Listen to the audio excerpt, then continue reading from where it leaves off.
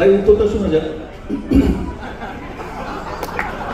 এটা হচ্ছে press conference যখন একটা আয়োজন করা হয়, এর আগের প্রেস কনফারেন্সও সেই ব্যাপারটা হয় যে আমি কিন্তু রেডি ফেডি হয়ে ঘরেই বসে থাকি। এবার সবকিছু তো আর আমার উপরে থাকে না।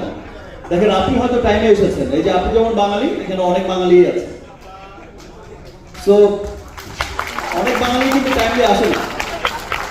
এই বাঙালিদের জন্যই অপেক্ষা করতে করতে করতে করতে আমি তো বারবার জিজ্ঞেস করি যে ভাই আমি কি আসবো আরেক বাঙালির কাছে। সে বাঙালি আবার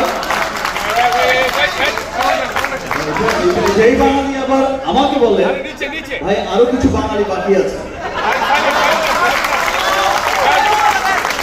তো দেখেন এটা যদি আপনি যেটা বললেন যে বাঙালিদের অভ্যাস, এটা যদি হয় তাহলে কিন্তু আপনার ঘরেও পড়বে, আমার ঘরেও পড়বে ভাই। সো এটা সবাইকেই আসলে একসাথে হেল্প করে সবারই টাইম সেন্সটা থাকা উচিত। আর স্পেশালি আমাদের দেশে যেটা হয় যে জ্যামের একটা যে ভয়ঙ্কর একটা চিত্র দেখা যায়, সত্যি সত্যি যখন নাকি দেখি যে অনেক সময় দেখা যায় যে অনেকে সিনসিয়ারলি আসার চেষ্টা করে কিন্তু অনেক সময় পেরে ওঠে।